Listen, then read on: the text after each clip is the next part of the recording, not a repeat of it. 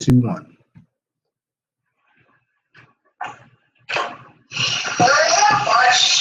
All right, what's good, everybody? It's Thursday, January 5. We're on the third day of the market. The hype is gone. Now it's time to get busy and get to work. Going to do a recap of the plays from today. So we are naturally going to start over on the journal, Marathon to a Million. You can find it on WordPress. Follow us on the Twitter at Wolves Wall Street. WOLVES WALLST on the Twitter. And you can find links on how to get over to WordPress, as that website will allow you to see the journal post for today. Day number 3, journal focus is choices. You know, when we go into this each and every day, we have an opportunity to make a choice, whether to be long or be short, whether to be in the trade at all, whether to trade or not. And essentially what we're trying to do is make choices that will be to our benefit. So the Bible verse today, Isaiah 30:21, your ears will hear a word behind you. This is the way, walk in it whenever you turn to the right or left. So what I wrote was, learn to overcome challenges, number 1, or let them overcome you. Day trading has numerous challenges in store for us, some expected and unexpected. Some are merely speed bumps, and others are like brick walls. The mindset that you use, or for that matter, decide not to use, has a powerful impact on your experience of life, the development of your character and courage, as well as your self-esteem and self-image. To be successful day trading, you have to overcome challenges, improve your ability to creatively solve problems, and discover courage and character through proper learning. Make this decision to take part in learning as a challenge, and maybe ask someone to do it with you, to serve as an accountability partner. We have a good group of folks who live pre-market prep and trade during the daytime.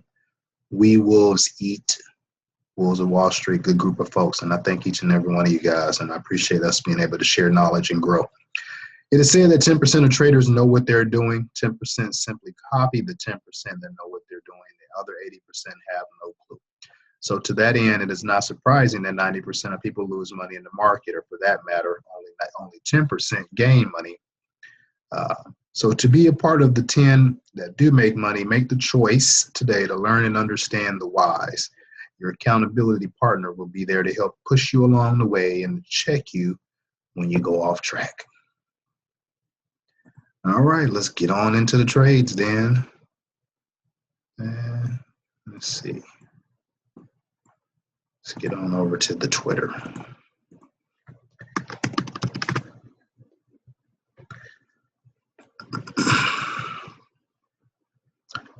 All right, let's figure this thing out. All right, from the bottom to the top we go. And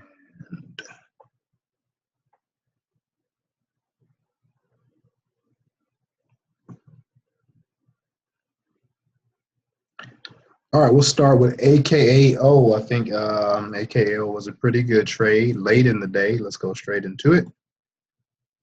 Here we go. We shorted them at 15.3, covered as it came through the 14.8 area. It had a lot of resistance up there. I think they're at a 52-week high, if I can recall.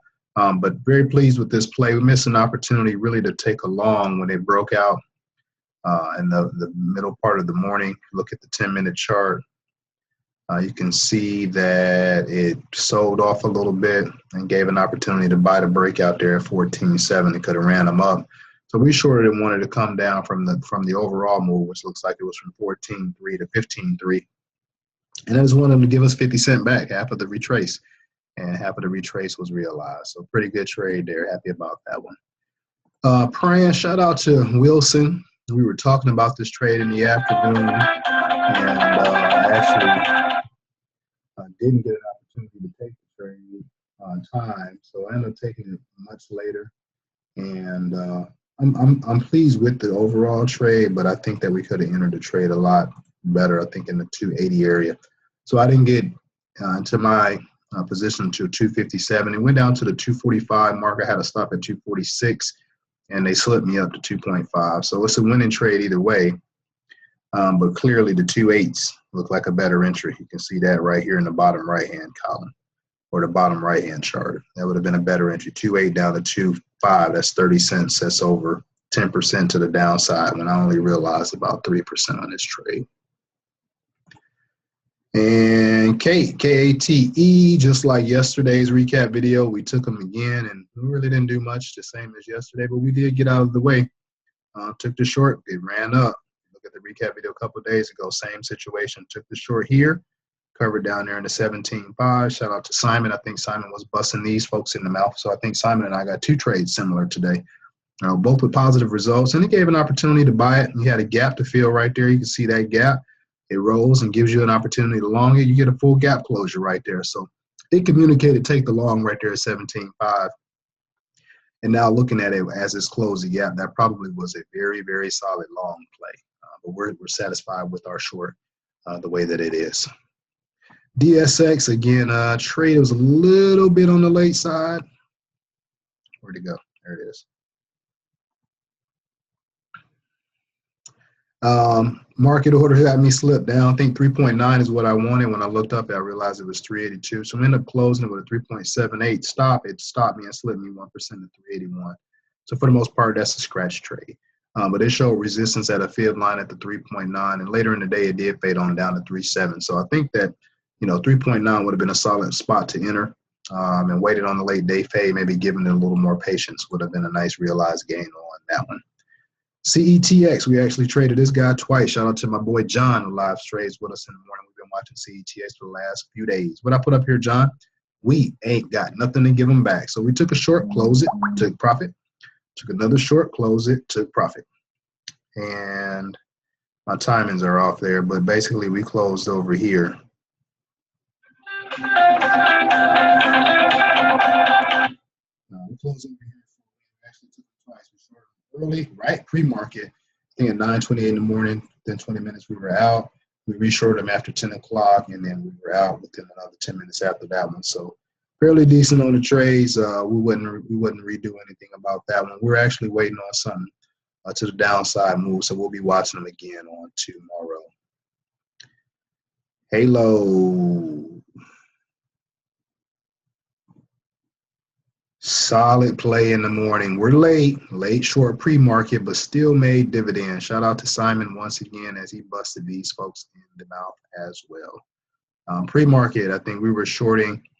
I got short at 13.2 at a failed 13.2 fib, and I was out pre-market as well. So I guess on this on TraderView, it's not showing us pre-market. I'll work on seeing if we can get it to show the pre-market parts of the chart. I'm just now using TraderView for this year, so you really can't see the trade. But 13.2 down to 12.2, solid trade on that one. What else we had? CGI was overnight from 2 days ago. If you all remember the recap a couple of days ago, we took them on the first day of the year. We added to the position, got our average price at 8.6. Volume drying up, we had to cover it at 8.4. GPS is popping on the scanner after hours right now.